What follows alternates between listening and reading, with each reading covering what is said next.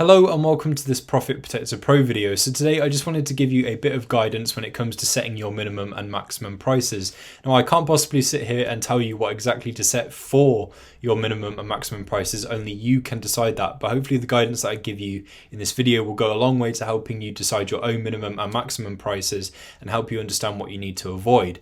So the minimum and maximum prices are important because these are your parameters. This is what the software is going to reprice between. You cannot turn on repricing without the minimum and maximum prices and the strategy. The strategy determines how the software is going to reprice between the min and max. So let's take a look at the minimum first. Now the minimum, please remember, should definitely be a price that you're still happy to sell at. So if Profit Protector Pro had to go to a minimum and it couldn't bump the price up anymore, the minimum should still be a price where if you sold for it, that's still okay. Also take into account your break even. So your break even is exactly that. The point where if you sold for that price, you wouldn't be making a profit nor a loss. It's the total of your buy price and any other costs involved. So it will cover all of that, but it will make nothing more on top. So again, you won't be making a profit, nor will you be making a loss. So this is a last resort kind of scenario. So if you couldn't possibly shift your stock at all and you really needed to shift it, then if you do sell for your break even, that is like the last resort scenario. So at least you don't make a loss. With your minimum price, obviously, you definitely want to be making a profit. So you need to set your minimum above your break even. So that way you don't sell for that break even price. You don't want to set your minimum below it because you could risk selling at a loss. And obviously nobody wants that. You also need to make sure that your minimum and maximum price parameters have the buy box within that range. Obviously, if the buy box is outside of the range either way, all Profit Protector Pro is going to be able to do is either sit at your minimum so the buy box comes within range, or the same with the maximum. If it is above, then it needs to wait for the buy box to fall back into that range so that way it can compete. Otherwise, it's just going to have to sit at your minimum or maximum as that's the closest it can be to the buy box. And Profit Protector Pro will never reprice outside your set parameters. Now, obviously, the buy box price at the time could be held by a seller who has one of that item in stock. He's completely out of the usual pricing range that you have on the listing. So you may just want to go ahead and set a min and max price regardless of that. They'll sell out and then the buy box will fall back into the normal pricing range. On the listing, it will be within your range and everything will be all good from there. So understandably, setting something with the buy box within that range isn't going to be feasible for absolutely every single item that you come across. But if you want Profit Protector Pro to compete for the buy box, it needs to have the buy box within your min and max range. If it is an item where it is just outside it either way, you could wait for a while to see if anything is going to happen to push it into that range. And if it doesn't happen, then you might want to reconsider your minimum and maximum pricing. Your maximum pricing is also very important as well. This is the other end of the scale. So you need to make sure that you're not setting a price that is super high.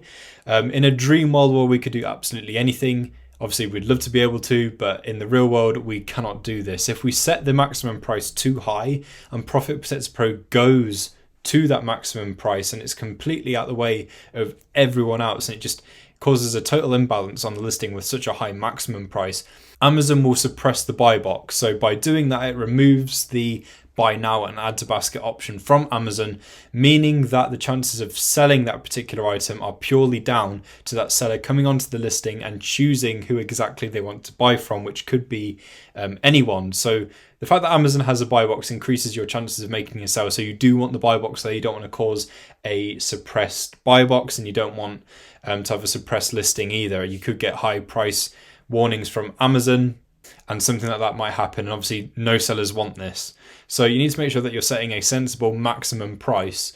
So if you aren't sure what maximum price to set on the item, check the Amazon listing itself. See who has the highest price on the listing. Check that it is still also reasonable. So let's say the price range on the listing goes from £20 through to 40. Now the people at the higher end will be 38, 39, 40. If you saw someone that was at 40, but everyone else is at something like 20 to 25, that is still quite a ways out. So you need to make sure that it is that there is a consistent pricing range on that Amazon listing and that you do set something that is sensible based upon that. But ultimately, how you set your minimum and maximum pricing is up to you. You can either enter these things in manually on the repricing page. You can do it with the bulk inventory section, or you can automate your min and max prices where you simply set the rules in Profit Protector Pro and it calculates all of this for you. And if you do want to check which of your items are repricing to your minimum price, so if they're at your minimum price, you can tick that in the filter. You can tick at max. You can also tick any suppressed buy box items as well. So these could be things where you've set the max price too high, you might not even realize it, and so it's caused a suppressed buy box. Or if there is an item where the suppressed buy box was caused by someone else, you want to make sure that everything is still okay with it. Make sure that it's not anything that you've done, so that way you have that peace of mind. So you can tick suppressed buy box. It will show you all relevant items, and you can readjust your min and max prices as you see fit.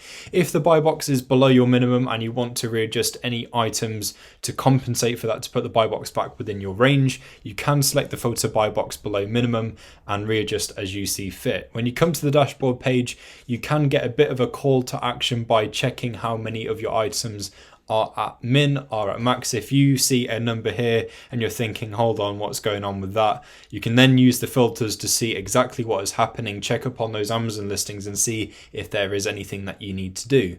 Hopefully this video has given you a good understanding of setting your minimum and maximum price, and hopefully the guidance helps you with setting good minimum and maximum prices for your items. Don't forget, you need to have the minimum and maximum prices and strategies before you can turn on an item for repricing, as these are the essentials for a repricer. Thank you very much for watching. Don't forget to like, comment and subscribe, and I'll see you next time.